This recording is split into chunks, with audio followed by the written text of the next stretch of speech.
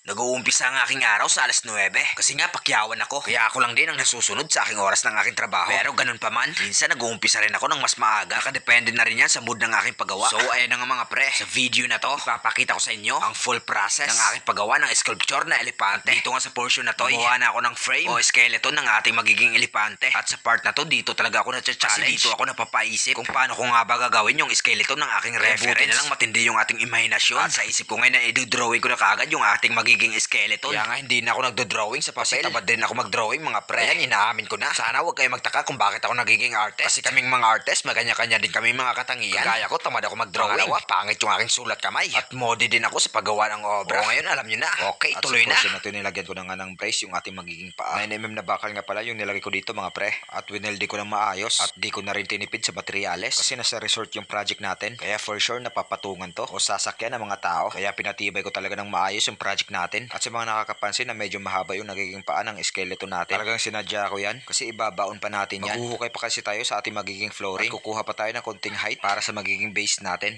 Alright, sana nagets nyo mga pre. At sa mga nagtatanong naman kung bakit wala akong helper, ayun, sinuggest naman ng ating boss. Nabibigyan niya sana tayo ng helper. At siya na rin yung magbabayad. Pero sabi ko nakaya ko naman. At sa tutulay, pag gumagawa ako ng obra, ayoko talaga yung may mga ibang tao na nakakasama. Kasi nadidistract ako at nawawala ako sa focus. At yun ang nagiging dahilan kung bakit bumabagal yung paggawa ng project natin. Kaya mas binabuti ko na lang na ako na lang gagawa mag-isa. Kasi nakakapag-concentrate ako at nakakapag-isip ng tama. At sa mga kaibigan ko naman na gustong-gustong sumakay dito sa aking mga project, pasensya na kayo mga pre. Talagang ayaw ko nang may kasama eh. Sa totoo lang, marami na kayo nag-message o pumunta dito sa akin. Pero sa kanal lang siguro mga pre. At balik na nga tayo dito sa ating project. Inumpisahan ko lang maglagay ng pangil ng ating elepante. At sa wakas, ito na yung pinakalas na i-welding natin. At nag-shortcut na nga tayo dito. Naibaon na nga natin at nalagay na natin yung ating elepante. At dito nga pala sa lugar na to, napili ng ating boss na ilagay itong ating obra. At sa portion na to, nagupit na nga ako dito ng screen wire. Ito yung ibabalot natin dito sa ating project. At kunting tip lang sa pagbabalot nito. Dapat lang magsuot kayo ng gloves kasi maaari kayo masugatan nito. At dito naman banda sa katawan, malalaking screen wire yung nilagay ko dito para mas matibay. Kasi dito sa area na to, posibleng mas madalas mapapatungan ng mga tao. Kaya kailangan talaga ng mas malalaking screen wire dito. Tapos gumamit na rin ako ng tie wire para ma-fix ng maayos yung ating screen wire. At dapat pag naglagay kayo ng screen wire, dapat fix na fix talaga sa ating bakal para di kayo mahihirapan pag naglalagay na kayo ng semento. Kasi pag maluwag yung pagkabit nyo ng screen wire, may tendency na mahihirapan kayo na maglagay ng ating semento. At ito na nga, inumpisan ko lang nga maglagay ng semento dito. Bali yung ratio ko nga pala dito is 1-2.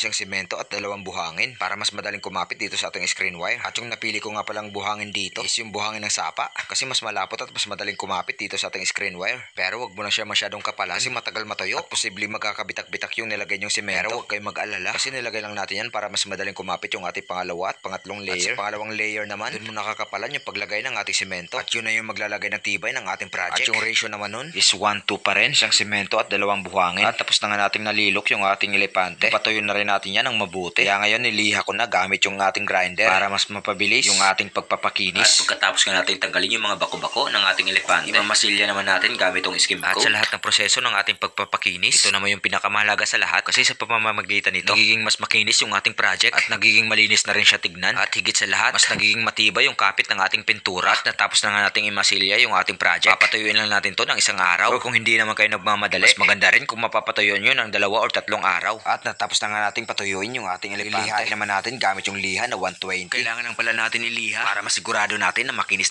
talaga yung ating gawa. At pagkatapos naman nating iliha, ay primer ko na nga pala yan gamit yung Boysen na white flat na pintura. At pagkatapos nating mapatuyo yung ating primer, pipinturahan na natin gamit yung ating gustong kulay sa ating obra. Ang paraan ko naman dito sa aking pagpipintura, 3 layer yung aking ginagawa. First coat, second coat, and third coat. Sa portion naman ito, ginagawa na natin ng mga shadow yung ating obra. At sa pagpipintura naman, kailangan talaga matyaga ka at kailangan rin marunong ka mag-mix ng pintura para makuha mo ng sakto ang gusto mong timplada. At dito naman sa mata, nagkulay ako dito ng red brown kasi yun ang nakikita ko sa aking reference. At dito naman sa pangil, dirty white yung aking napiling pintura. Dahil nga realism yung gawa natin, pininturahan ko na rin yung kanyang tintin. At pagkatapos nga nating napintura yung ating obra, at napatuyo na rin natin yan ng 2 araw. Sinimulan ko na nga i-finish yung ating gawa gamit yung emulsion. Dahil dito mapapanatiling makintab yung ating obra. At sa tulong rin nito, matatagalang mapusyaw yung ating pintura. At ito, tapos na yung ating gawa. Sana nagustuhan nyo ang ating obra. At sa mga gusto naman magpagawa ng mga gantong obra o kahit anong paintings pa, pwede naman kayo mag-message dito mismo sa ating page. At huwag kayo mag-alala dahil nasa murang halaga lang tayo. Kaya tsak pasado tayo sa budget meal nyo. At hanggang dito na nga lang muna tayo mga pre. Kita-kits sa ating next video. Paki-like and share na rin mga pare para ayos tayo. Alright, hanggang dito na lang ako. See you sa ating next video.